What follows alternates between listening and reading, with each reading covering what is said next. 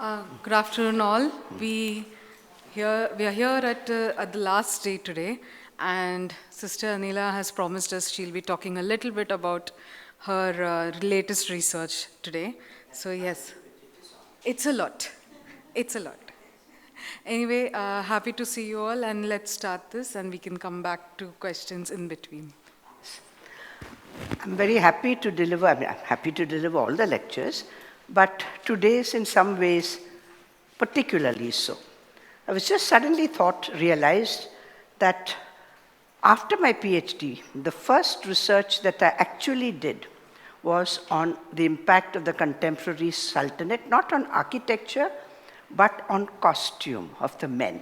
And that was my first paper publication after my PhD, and it was published in the Quarterly Journal of the Mythic Society. And I think I made a discovery. But at the same time as I wrote the impact of the Sultanates on the costumes of the Quarterly Mail, Dr. Philip Waggoner also wrote on the same, but in an international publication, so many know of his work, and they don't quite know of my work, but they do. But I think that's a pioneering work that I had done about that, the impact of the Sultanates on the costumes. So since it's my first publication post-PhD, I think it has a special attraction for me. The last is also very special because it's it's the work of my present work. And maybe in a sense almost like the swan song, because I might do small things, but that's last major project I think I would be doing. It's still going on. I hope it will get completed along with all my other commitments. Well, I don't get much time, but we have been working on that for some time. So I hope you will enjoy. And I want to say that I've talked about all the other 5 topics. Somewhere or the other I've talked, though I always prepare something new when I address a new audience. But it's the first time I'm talking about it. So this lecture was prepared specially and for this audience, and so I'm happy to present it to you. So I begin with the 5th lecture, and at the end I'm going to ask you of all the 6 topics, which did you personally enjoy the most, if you are able to rate it. Okay.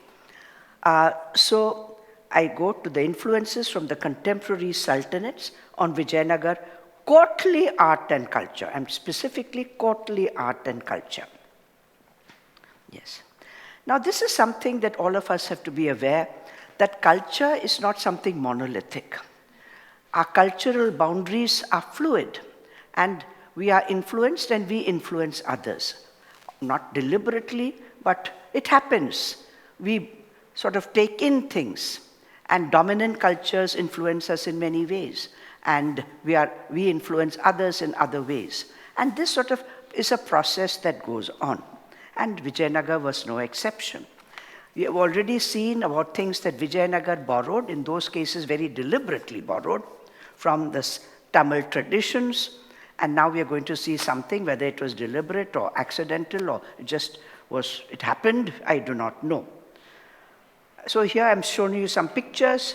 You see it in the field of architecture. You see it in the type of people who came here. Yeah, these foreigners, you have seen them before. So some things will repeat, and you see it in this gentleman, and I'm going to talk about costumes. There are others also. Now, the Vijayanagar city was a cultural melting pot, or the Vijayanagar, city I say because that was the capital where much of these processes happened, where the following processes were at work culturally. There was the assimilation. We talked of the assimilation of borrowing from the others. We talked of the borrowing from the Tamil tradition in architecture.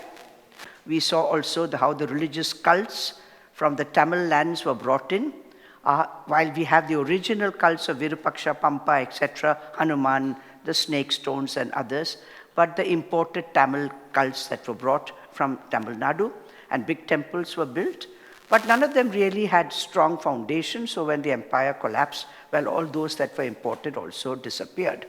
So there was assimilation. There was synthesis. They created something new. We saw that in temple architecture, They didn't just borrow the Tamil style. They borrowed it and they adapted it with what they already had, and so they changed it. There was transformation in this synthesis. They created something new. And in some areas, they really created. We saw that in sculpture. There, it was not a borrowing, it was a creation. And then there was a dissemination, spreading out. So from the capital city and from Vijayanagar as the core, these things spread out throughout the Vijayanagar Empire, and it impacted on the subsequent developments under the Nayaks, and in some cases till modern times. So whether it's in music, definitely, I mean the big Carnatic music really can be dated back from Vijayanagar. Whether it is in the temple styles, etc. I mean, otherwise they borrowed from the Cholas, but then they created something which then became pan-South Indian. In these processes, there were both major and minor cultural influences. Undoubtedly, the major came from the Hindu traditions of South India, and that was definitely major, and that from the Hindu traditions. But there were the other cultural influences less noticed, but nevertheless of significance and interest that we can broadly term Islamic or Islamicate. It's not the religion that we are talking about, but cultural aspects that were incorporated by the ruling elites and the rulers, who in some sense considered themselves sultan among the Hindu kings. Now this idea that they thought themselves as great promoters of Hinduism, at the same time sultan among the Hindu kings, we see in two times of, and so both these influences, the major and minor, they merged together to form new trends in art and architecture and in courtly styles. Now this we see in the titles they took, such as on the one hand they prided themselves with titles such as Vaidika Marga Sthapanacharya, that is establishers of the Vedic path, and Varna Ashrama Dharma Sthapanacharya, namely establishers or protectors of the caste, the ashrams or stages of life, and of dharma. And they also at times in inscriptions referred to themselves as Hindu Raya Suratrana, sultan among the Hindu kings. Now, during the past 30-odd years, a fairly substantial amount of work by scholars has been done on Vijayanagar's borrowing from the indigenous religious and cultural patterns from Tamil zone and other parts of the empire to create a new religious dynamism and a new aesthetic. However, comparatively much lesser attention has been paid to the impact that came from its northern Muslim neighbors. The focus of this lecture is on the second aspect, namely the impact of Islamic cultural influences on Vijayanagar art and culture, and some of which continued under its successor states. These cultural influences are seen, they're all connected with court and courtly life or elite life in four broad areas. First, the presence of Central Asians or foreign Muslims as slaves, attendants, whatever you call them, they were in substantial numbers, which we didn't realize till much to more recently. The second, the evolution of a courtly architecture. We saw the evolution of temple architecture. Now we are looking at courtly architecture, a style that was very different from temple architecture. Then the adoption of cut plaster decoration in courtly buildings, again borrowed. And lastly, certain changes in courtly costumes. These are costumes of the elites, of males and females. We don't have much traces of ordinary women, but of the dancing women. So this is what I'm going to focus on in this lecture. Now let us look at a map of peninsular India, because we have to see that the borders between Vijayanagar and its Deccan neighbors, or Sultanate neighbors, are very close. I mean, it's a common border. The Tungabhadra River and the Krishna-Tungabhadra Doab, this is the border area.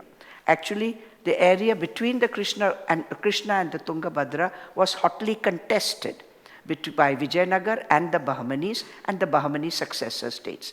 The capitals are very close to each other, because if you see where Vijayanagar is and you see where Gulbarga is, and so Even, I mean, so often people visiting the Deccan would make a trip perhaps to, well, Badami, Patadakal, go and so on and so forth, then Bijapur, and you can go to, if you want to Gulbarga, hardly anyone goes there, but it's a very interesting place, Vijayanagar. They're not very far from each other. And of course they were fighting each other for territory mainly, and they were not religious wars, they were territorial wars. Vijayanagar fought its Hindu neighbors also. They fought with the kings of Orissa. They conquered the Hindu rulers of the south and the Madurai Sultan, and so on and so forth. So when we look at that, where was this influence coming from? Not so much from the North Indian, much further north, the Delhi sultans and so on, but much closer from their Muslim neighbors. And both Vijayanagar and the Bahmani kingdom arose from a common roots, in a sense, of revolt. Revolt against the Tughlaq Sultan, Muhammad bin Tughlaq, as we know from history. Muhammad bin, the slaves and the Khiljis, slaves never went south, they never went south of the Vindhyas.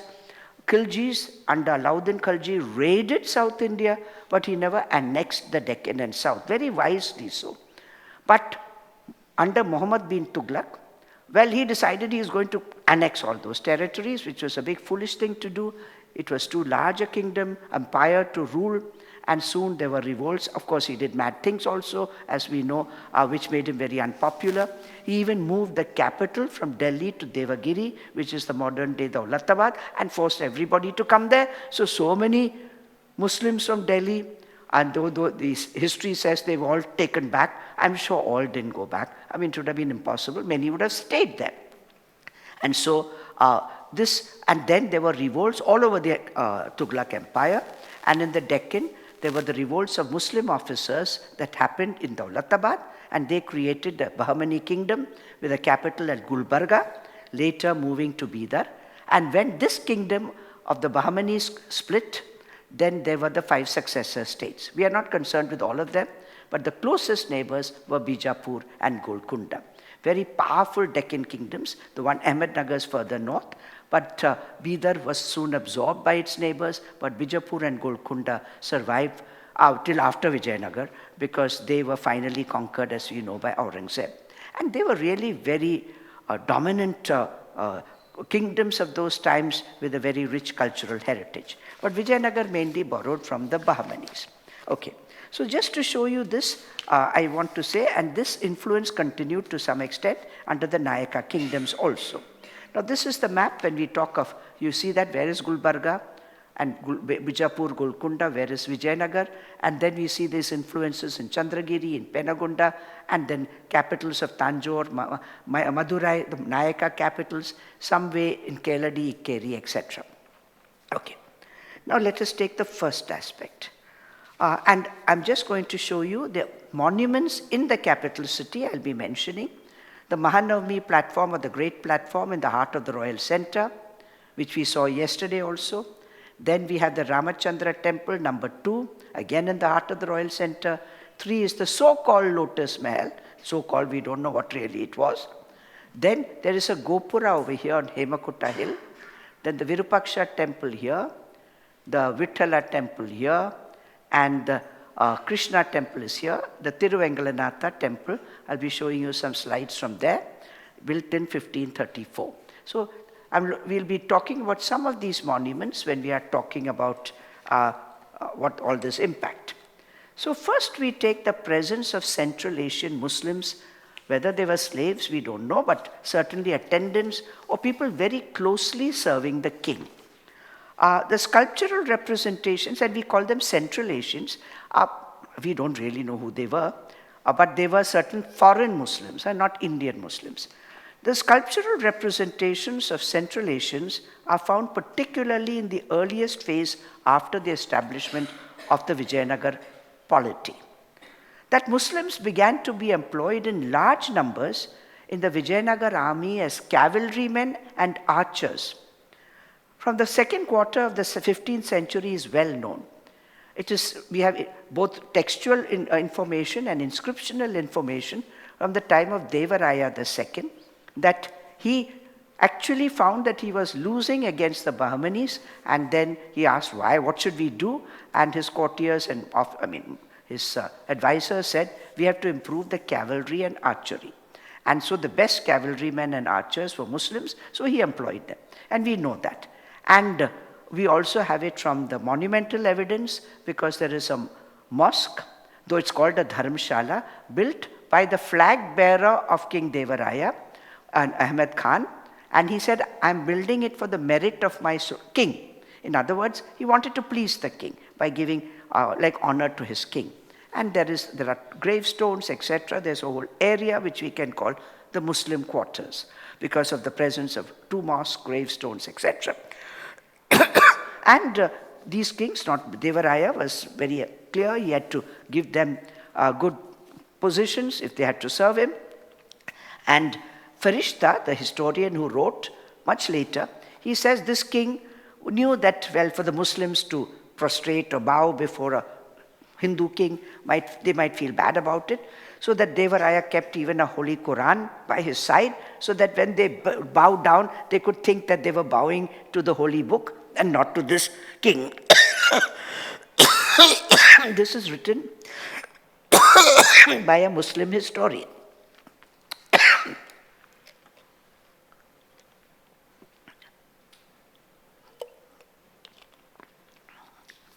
Just wait.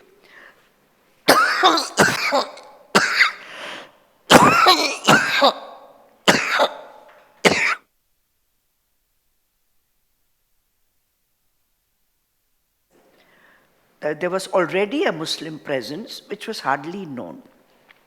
And I would say it goes back to the 14th century. And we notice that particularly in the monument that we call the Great Platform or the Mahanavami Platform. Particularly in phase 1 of the Mahanavami Platform, which has been dated on stylistic grounds to the 14th century.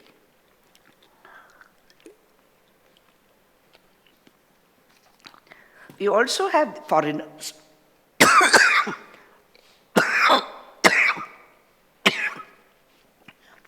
In the 15th century, early 15th century monument, the Ramachandra temple on its enclosure wall.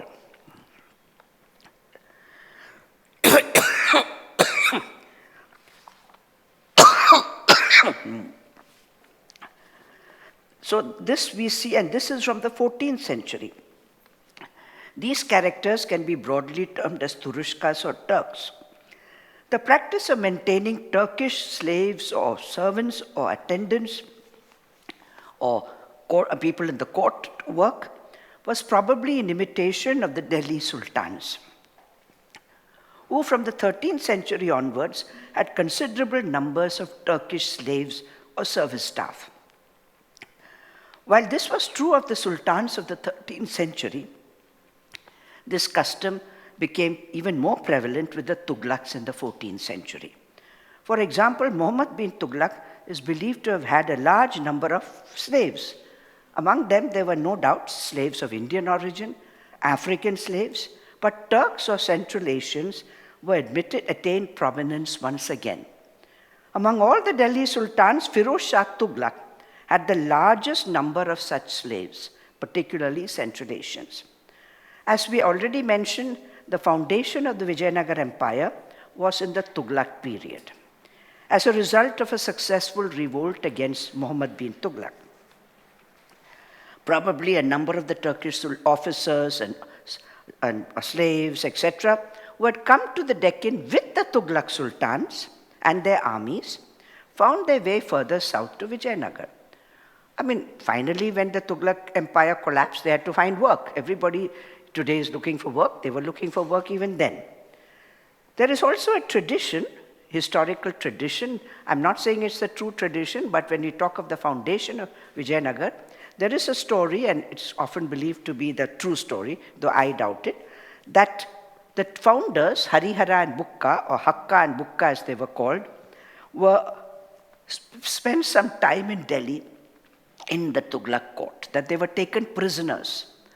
And they were taken to Delhi. There was even story they were converted to Islam, which I don't think is true. But then they came back to serve in the Deccan, and then they revolted. Whatever it is, whether they went to Delhi or not, if they did go to Delhi, they might have been impressed by the practice of the Sultan maintaining a large number of Turks in attendance. Anyway, whatever it is, they might have seen them whether in Delhi or they saw it in the Deccan. They and their immediate successors probably began to employ these Turks who wanted jobs. In Vijayanagar city, the presence of these Central Asians in courtly scenes is particularly noticeable in sculptures of the first phase of the great platform, and also in the next two phases to some extent. I mean, it continued. Now, what were they engaged in? We also find some of these foreigners on the exterior of the Ramachandra temple. Both the Mahanavami platform and the Ramachandra temple, they were predominantly royal monuments. It's not surprising that such reliefs are found in these structures. One such relief is also present on the 15th century South Gopura on Hemakutta Hill. That the majority of these sculptures are of the 14th and 15th centuries seems to indicate that the presence of employing Central Asians in court was more prevalent in the early Vijayanagar period. Now, what were they doing? Some of these foreigners that we find in sculpture, dressed in costumes of the type found in the Farghana region even in modern times, we see that. I mentioned yesterday already, they wear the typical peaked ribbed hats of felt, whose rims can be turned upwards to give a pointed look. They have tassels hanging down, as you can see here, and you'll see it in profile, often tassels. And or streamer, something is hanging down, the back of the wearer. These sculptures reveal that these Central Asians were engaged in a variety of activities connected with the king and court. They served as horse attendants, camel attendants, riders, as entertainers, as guards. We have quite a few guards. And as here, these are people coming with horses. I mean, this man, they're leading horses, etc. So whether they were traders or whether they were people looking after the royal animals, we don't know. But they're obviously foreigners with rather broad faces and chinky type of eyes. And you see the costume is evidently foreign, it's not Indian. And so you see them, here is a person with two horses, here's a chowkidar type of person, and we'll see others like that. Here, with camels, and this is a person on a camel beating a drum. Here's a man leading a camel, here's an attendant, here's another sort of guard, and here he's a guard or the entertainer. We find all these sort of people. Of all the types of the Central Asians, the type that continued into the later sculpture is that of the dancers. And I saw that already, you saw that yesterday. These Central Asian male dancers and musicians often held the frame drums, something like tambourines. Or they held the scarf, and they had danced with a very vigorous jumping movements, very vigorous dance. Now, if you look at their costumes, their feet is not bare, and they have this mojuri type of shoes. Now, if you look at Vijayanagar men of that period, they are barefoot. They have no shoes on their feet. And the facial features, etc., also are not Indian. Even nowadays, if you travel in part of South India, sometimes you see people with their facial features are very much like this. They are the distant descendants of people from other parts of the world. Central Asia would come and settled over there. Now, of all the types of Central Asians that I mentioned, those in the army or those looking after horses and camels and in the king's whatever protection, the guards, the type that continues into later sculptures are the dancers. But they become more centralized, they become more slender, and the scarf is replaced by chauris. And we see that again and again, these sort of dancers, sort of foreign dancers, and this continues for a long time. So this is the Central Asians that we find represented in courtly architecture. Now we move to the second aspect, the evolution of a new courtly architecture. At Hampi Vijayanagar, there's a certain type of building that clearly reveals the influence of the architecture of the contemporary Bahmani styles. These buildings were constructed of stone rubble coated with plaster. They're plastered buildings and have used imaginative use of the arches sometimes pointed arches or lobed or cusped arches, and they had decorated vaults, domes, and richly modeled plaster decorations. The type of buildings include pavilions, like here we have a pavilion, then there are watchtowers, there are gateways, there are pleasure pavilions. This is the so-called Queen's Bath. We don't know really, I don't think it was the Queen's. I mean, it's not a bathroom, it is like a swimming pool, you can say, where people would gather to have fun because inside there is a tank and you have this lovely balcony overlooking the tank.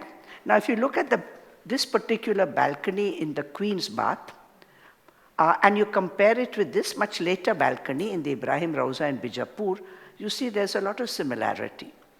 Can you see that? Of course, even Ibrahim Rauza has the Pushpa Podikai corbels, as this one has, those drooping bud corbels. But they're very similar. Ibrahim Rauza is later, but I'm just showing you that obviously it's borrowed from something that they had seen, which was not typically what you find in the Hindu temple or Hindu secular architecture. So we find these type of buildings, and analysis of these structures indicate they are mostly in the royal center, though not exclusively, that they are connected with the king and court and part of the military architecture of the city. There's nothing connected with temple architecture in the city except for one granary. Now here is the great elephant stables in the royal center with the domes and arches. And I would like to show you this Jami Masjid at Gulbarga, built in 1367. This is the earliest mosque in the Deccan. And it's a magnificent structure with these arches and domes, etc. I'm not saying they're the same, but you can see the similar type of look. This is much larger, of course. By the way, I'm not talking, I mean, my lecture is not about Gulbarga, but Gulbarga is a very interesting place, though if you go there, very difficult to find some good accommodation. But this mosque in particular is very unique because it has no open courtyard. It's entirely covered with domed structures and this big dome, and the acoustics in this huge mosque, congregational mosque, is magnificent. I have visited it only once. Anna has visited more times, and when we visited, there was a man sitting in the prayer part, where the part from where the prayers are led, and he was chanting praises of Allah. And the entire mosque, you could hear it. There was no microphone system, but just the acoustics. So it was such a brilliant building. And some of the structures in Vijayanagar, you can see the comparison, the similarities, etc. Now you have these gateways. Here we have the arches, it is broken, and this domed gateway, etc. Now the only structure which is within a temple complex is this granary with domes and arches in the Krishna temple. But after much thought about it, we have come to the conclusion probably the granary was existing there, and the Krishna temple was built, and then the granary was accommodated into it. That's what we presume. It was not that there was an Islamic style structure built in the Krishna temple, because we don't find such structures in any other temple. And the plan of the Krishna temple is a very irregular plan, and I think the plan is irregular in order to accommodate pre-existing structures, including gateways, because one of the big roads from the royal center to Virupaksha temple passes through the outer enclosure of the Krishna temple with two early style gateways, not gopuras. So probably some structures were there and the granary may have been there. It's the only Islamic style structure in a temple in Hampi. Then we have this very interesting structure which is popularly called the Lotus Mahal. But if you study the Lotus Mahal, which is in the heart of the royal center, you'd see that though it looks Islamic with this arches, these are the lobed arches or the cusped arches, the plaster decoration, etc. It's not purely Islamic in style, because if you look at the basement, it's like temple basements. If you look at the chhajjas, again you find it in temple architecture, chhajjas. Eaves, if you look at the brackets, is again what we'd find in a temple architecture, and above all the superstructure is like the temple vimanas. So it's really a hybrid style. They didn't just borrow something, they assimilated and synthesized and created something.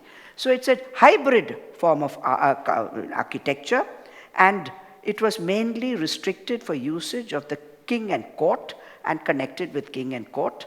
And so we find in these the plinths and basements and moldings are typical as in temples, surmounted by pyramidal superstructures like in temple vimanas, and other elements from temple architecture like eaves and brackets. So we can say, as George Michel commented in one of his book on courtly architecture, the style of these monuments is a visible expression of the city's social and cultural complexities. Such type of courtly monuments, imitating elements from Islamic architectural styles, continued to be constructed in later Vijayanagar capitals such as Penagunda and Chandragiri. Because after the Battle of Talikota, the capital shifted first to Penagunda in Andhra, further south, and then still later to Chandragiri, further south in Andhra itself. And this is the Raja Mahal, and you see the Vimana-like superstructure, but then you have a lot of these arches, and also in the Rani Mahal. So these are what we call courtly architecture. This continued under the Nayaks. This is the Nayak Palace in Tanjavur. But if you look at this, it's like a temple Vimana. And it really is a multi-story structure. But here, and you have some yalis and various things, but then you have the arches. We find it in the Madurai also. This is the Madurai Palace, Nayaka Palace. We have a sound and light show over there. You see these arches and so on. What about temple architecture? Practically nothing in temple architecture except in some of the temples of the Keladi Ikkeri Nayaks, such as the Rameshwar temple at Keladi and the Aghoreshwara temple at Ikkeri. So we see this, only those temples have some of this Islamic type of architecture. The temple's architecture of the Ikkeri Keladi Nayaks revealed three strands of influences. The first was that of imperial Vijayanagar, the second was that of the Deccan Muslim states, especially Bijapur, with which it is contemporary, and the third of the earlier Karnataka tradition of the later Chalukyas. For example, in the Aghoreshwara temple, we find, which was constructed in the second half of the 16th century, the following Deccani features: cusped arches and merlons on top of the Nandi pavilion. This is the Nandi pavilion, okay? But you see the chajjas and the basement and so on. And on the surface of the main shrine, we find geometric patterns, floral and arch designs of the main shrine. And on the sub-shrine, there is this beautiful arch with these rondels and spandrels and so on. But the rest, so this is very typical what you would find in an Islamic monument. That is the sub-shrine in the Aghoreshwara temple. Now we move to the third aspect, which is connected with this aspect, the use of cut plaster decoration. The courtly buildings in Vijayanagar were decorated with cut plaster decoration, once again clearly revealing the influence from the Deccan Muslim architecture. These cut plaster decorations, now this is not Vijayanagar, but I'm showing you the tomb of Firoz Shah Bahmani in Gulbarga, and he ruled from 1397 to 1422. Can you see these recessed planes with cut plaster decoration and these rondels? This is the spandrel, okay? Okay, the two spandrels, and you have these rondels. We'll find the same in Vijayanagar. Okay, so these plaster decoration, no, sorry, I went backwards. We find this plaster decoration around the arches. We find it inside the ceilings of vaulted structures or domed structures. These are beautiful plaster decoration in the Queen's Bath. In each of the domes inside, there are these lovely designs. But now let us look at this beautiful lotus mahal. But you see this and compare it with the arch with stucco work from the Ibrahim Rauza, which is a little later. So you have these beautiful rondels and so on. Now here, but please notice, it's not entirely borrowed. Well, the arabesques and the geometric designs and the rondels are borrowed from the Islamic architecture. You'll find certain influences, which I'll show you.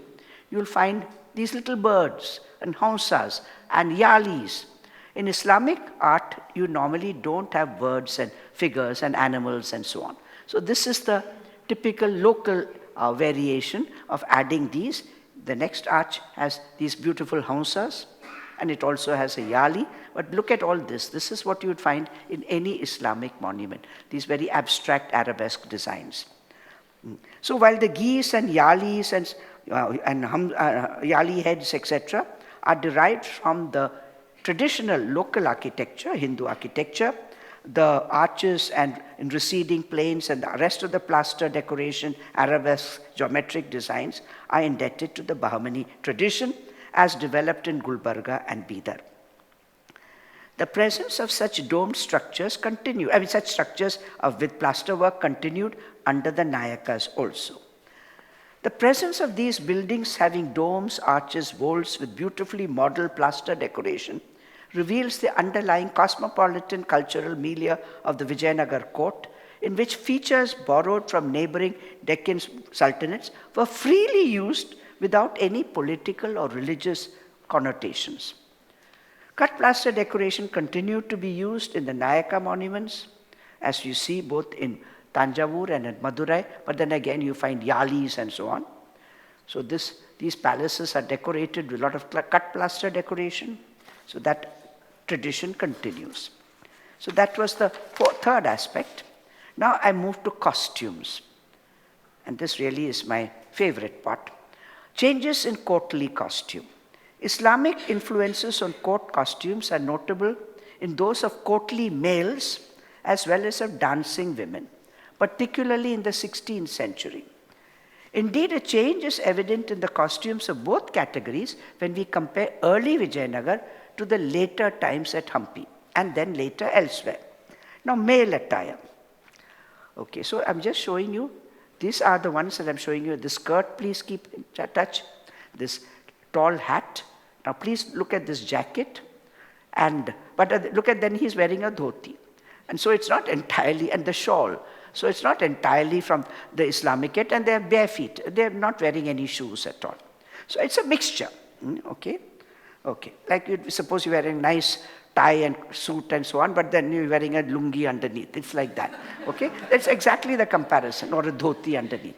Now let us look at how the men were dressed. These are courtly men, maybe noble or kingly men, in the 14th century, in the first phase of the Mahanavami platform. A courtly male, maybe the king or somebody very high up, and his attendants. Oh, I think the battery has gone. Oh no, it is there. And they're watching some boxers or wrestlers. The king wears only a loincloth. He wears, basically it is just a very short dhoti, a short dhoti, not even up to his knee. Nothing else. The top is bare and you can see from knee downwards it's bare. But he wears a lot of jewelry. So the body is covered, you can see all the jewelry, whether it's on the neck, the ears, and on the arms, and etc. And look at the hair also.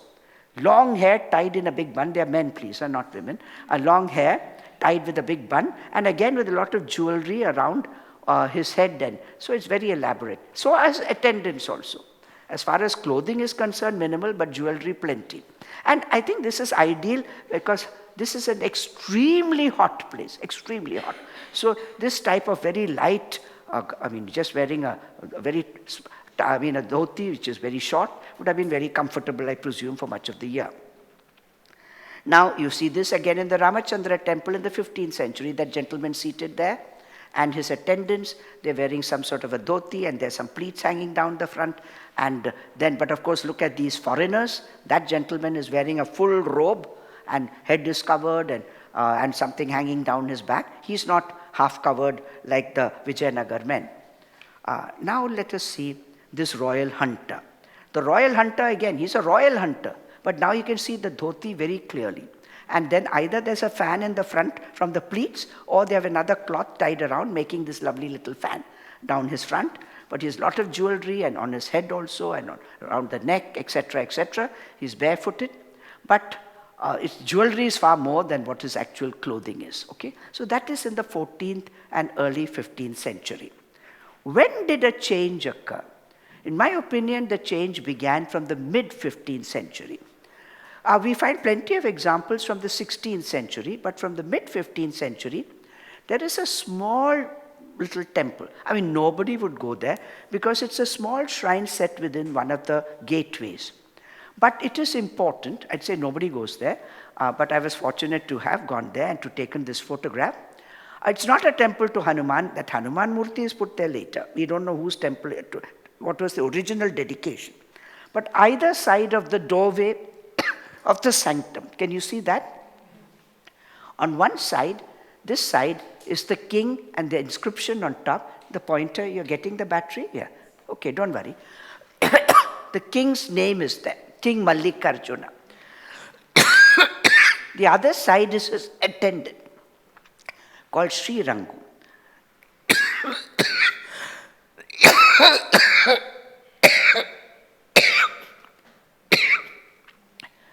The temple was built, it's a small temple, by Sri Rangu, and he said, for the merit of my king Mallikarjuna. Please look at both the figures.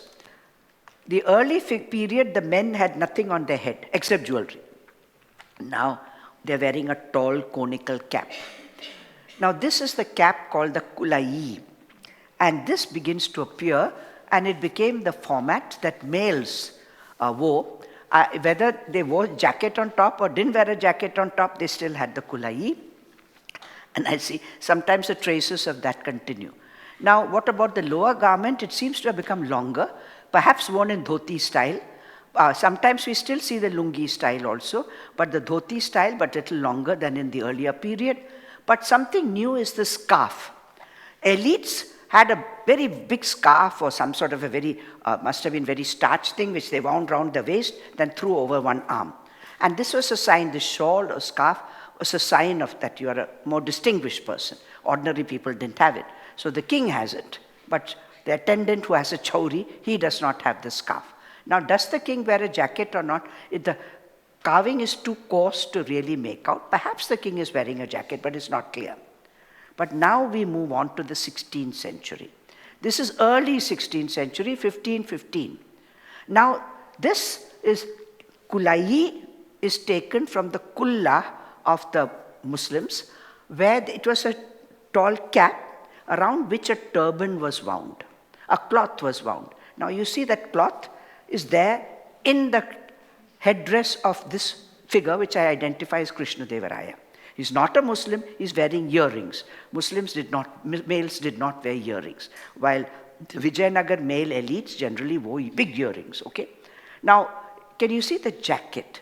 So it's not only the kulai and the kulla, and here it's a typical kulla because you have the cap with a cloth wound round it, but you see he's wearing a tight-fitting jacket. It's very tight-fitting, full-sleeved, tight-fitting. How long it is we can't make out because the scarf covers the lower part or the shawl covers the lower part. This jacket was buttoned or tied down the front.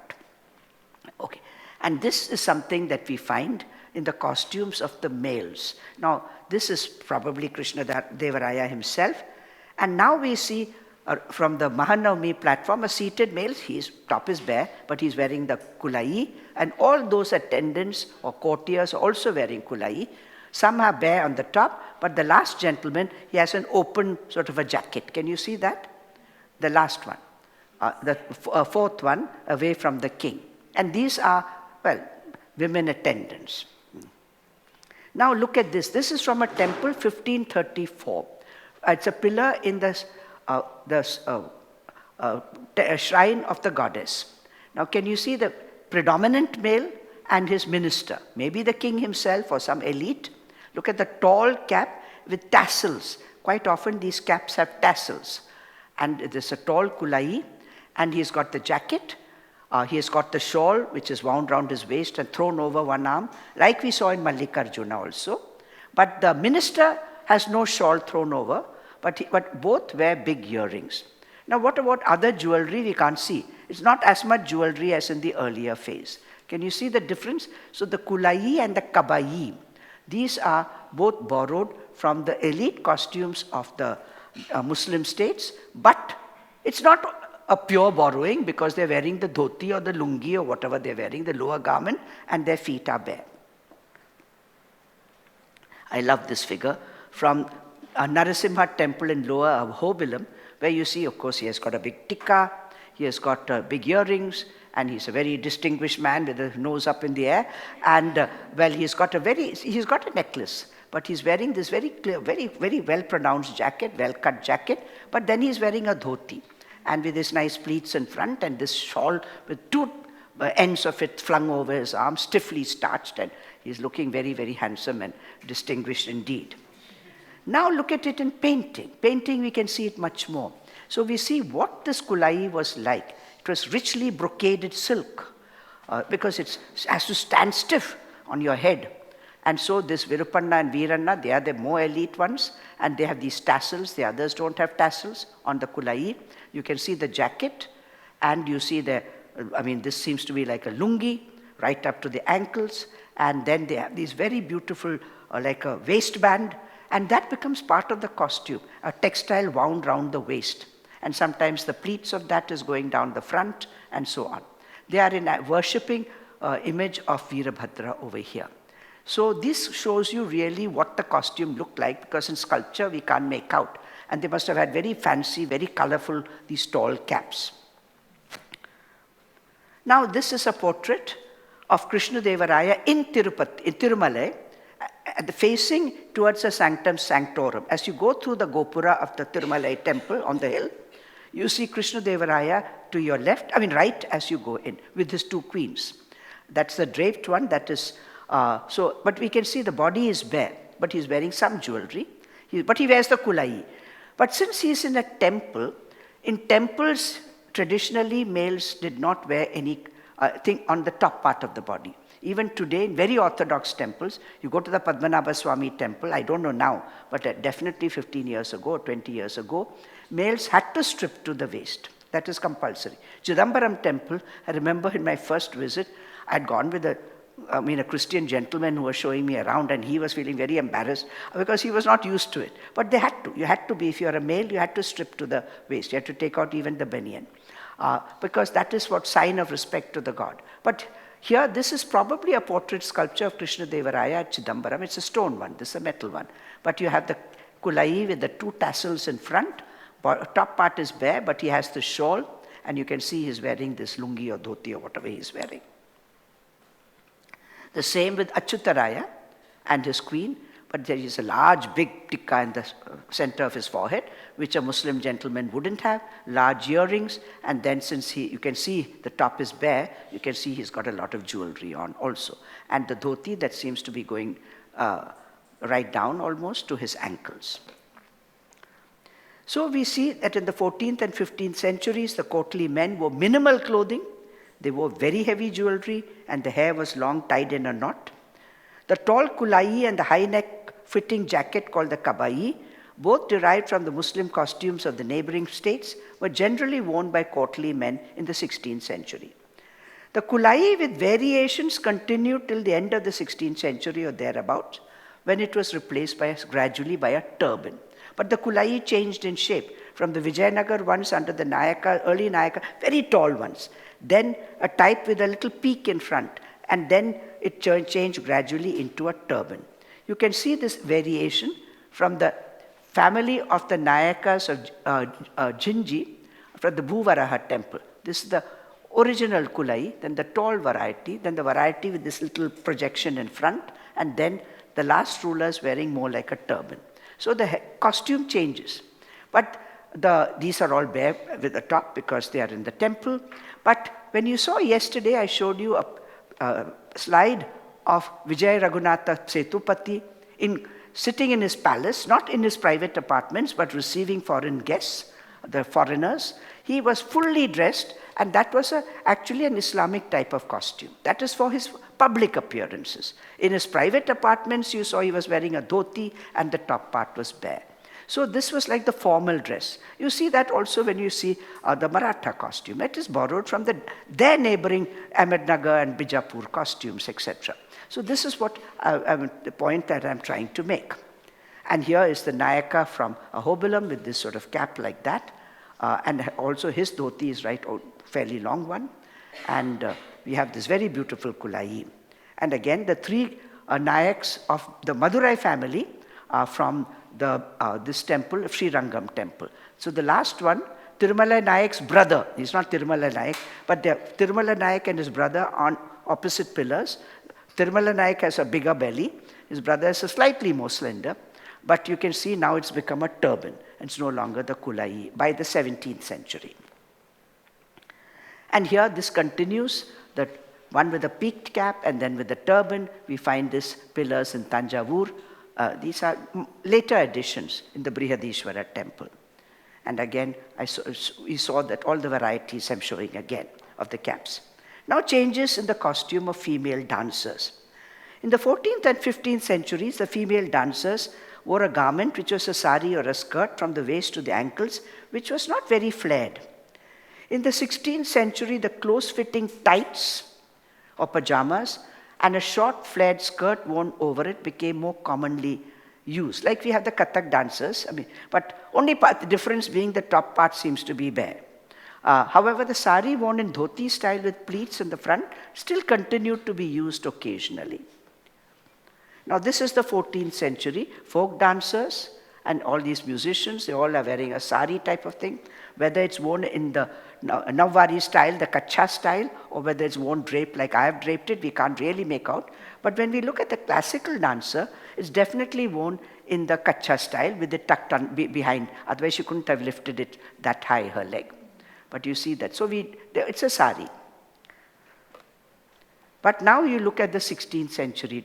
It is not just, you can see now that you can see that this woman, some of them you can see the end of the pajamas very clearly. And you see this short skirt, sometimes it's double layered skirt with frills and so on. And sometimes it's very short, sometimes it's a little longer, but some are still wearing the dhoti type of costume. And you see that again here, both varieties are there, skirts as well as the dhoti type of sari. And here we have this lovely classical dancers, two varieties of them. In the 14th century, the costume is fairly simple, jewelry plenty, and the hair is tied either at the nape of the neck or it's in a plait. 16th century, the hairdo becomes much more elaborate and often on the top of the head. And we have the skirts and the little pajamas and things like that. But it is, again, it's not just a pure borrowing, because the females seem to be bare on the top of the body, which would not be the case in the case of the contemporary Muslim states. So when we see the Islamic cultural influences had a certain impact on some aspects of Vijayanagar art and culture, mostly those related with the court. Except the practice of maintaining Central Asian attendance, the Islamic cultural influences, which came more from the Deccan sultans, these other influences are more from the neighboring Muslim states. It was not a pure, just plainly taking and just taking it. They really integrated and adapted, because we see it's mixed up with the local styles.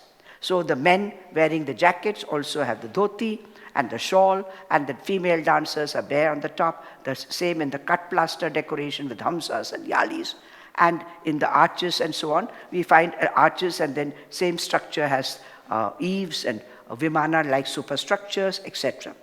Now, was it only a one-way borrowing? No.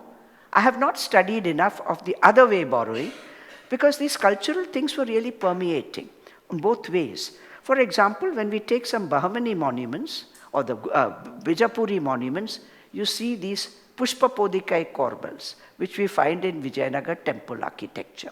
So this is borrowing this style. Another thing that really they went freely between borders is currency. In the Bahmani, it's not my study, it's the study of Phil Waggoner, that he said that in the Bahmani Sultanate and its successors, the Vijayanagar gold coin, that gold varaha and the half varaha, was widely used, even to pay taxes. Not that the king liked it, he preferred it in his own currency, but it was used for trade, commerce, and everything else. In the Bahmani kingdom, they preferred it to the gold tanka, the big gold, solid gold coin of the Bahmanis. And why? There were various reasons. He said, first of all, the varaha had subdivisions. So it's not a very heavy coin, but you have the half varaha, the quarter varaha, while the tanka did not have it. So if you're doing transactions that were not of very high value, okay, you can pay in a tanka. But if you're lesser high value, then it's easier to do it in lesser currency. So when we had the 2,000 rupee notes, you remember, we hardly wanted to use it because nobody would give you the change. So it was like that with the tanka. Again, the tanka had only a very like Islamic verses, while the Varaha has images of the gods, etc. And a lot of the people, especially the Hindus, like to have these with the images and murtis and writing that they could identify, etc. That's one. Jeff, but the other day, Mrs. Sharma was saying she saw Vijayanagar type of pillars in a mosque in Bijapur. So I'm sure this influences, so the, was freely flowing this way and that way. So with that, I end this lecture, and I hope I was able to convince you that there was a lot of cultural borrowing, but for select people. Okay, thank you. Okay, thank you. Any questions? One or two questions you can ask if you want here. Yeah? Thank you. I was wondering about the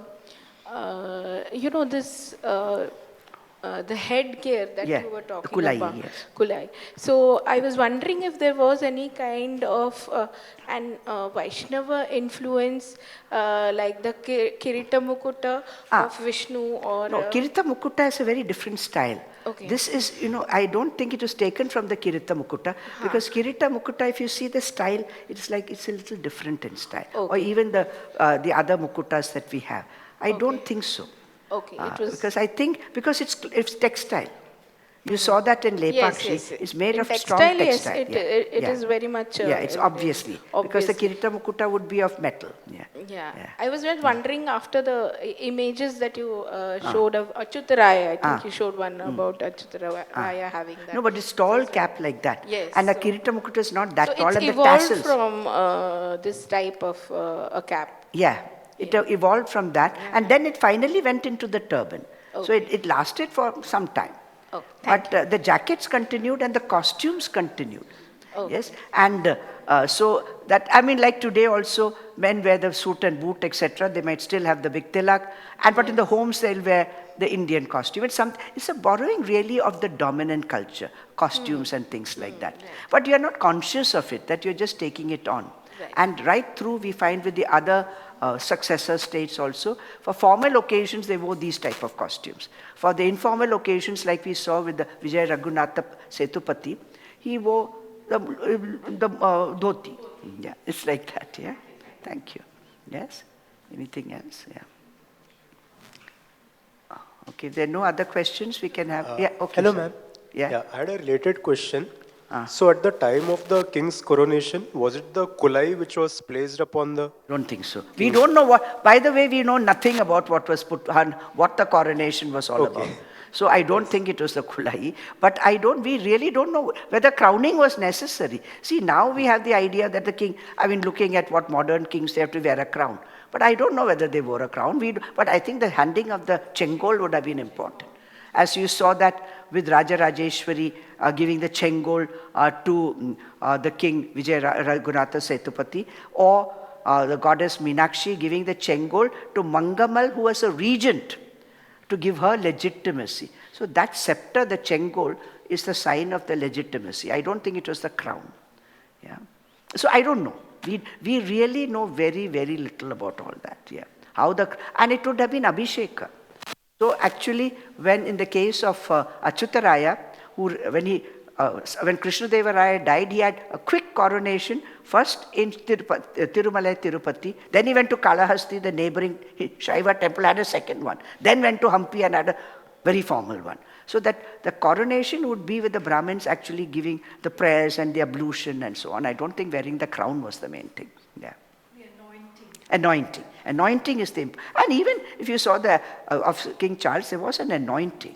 That is, he might wear a crown, but the anointing, that then you become the sacred, that you are divinely anointed. Yeah, that is important. Wasn't the dervishes, the Turkish whirling dervishes, they wear that? Yeah, and I want to show you that in the next lecture, we were very interested to see that in the Sri Rangam temple, when they were reciting, the men reciting the Prabandham also were wearing something like that. So I don't really know. And they are, absolutely typical Brahmins with the sacred thread and all. But I don't know what that cap was. And it was in velvet. I don't know what it was about. Yeah, they were like that, yeah. Okay, thank you. So could we have about 15 minutes break? Because the next one is a bit long. Thank you. My current work, yeah, thank you. I thought this was short, but it went on. Okay, thank you.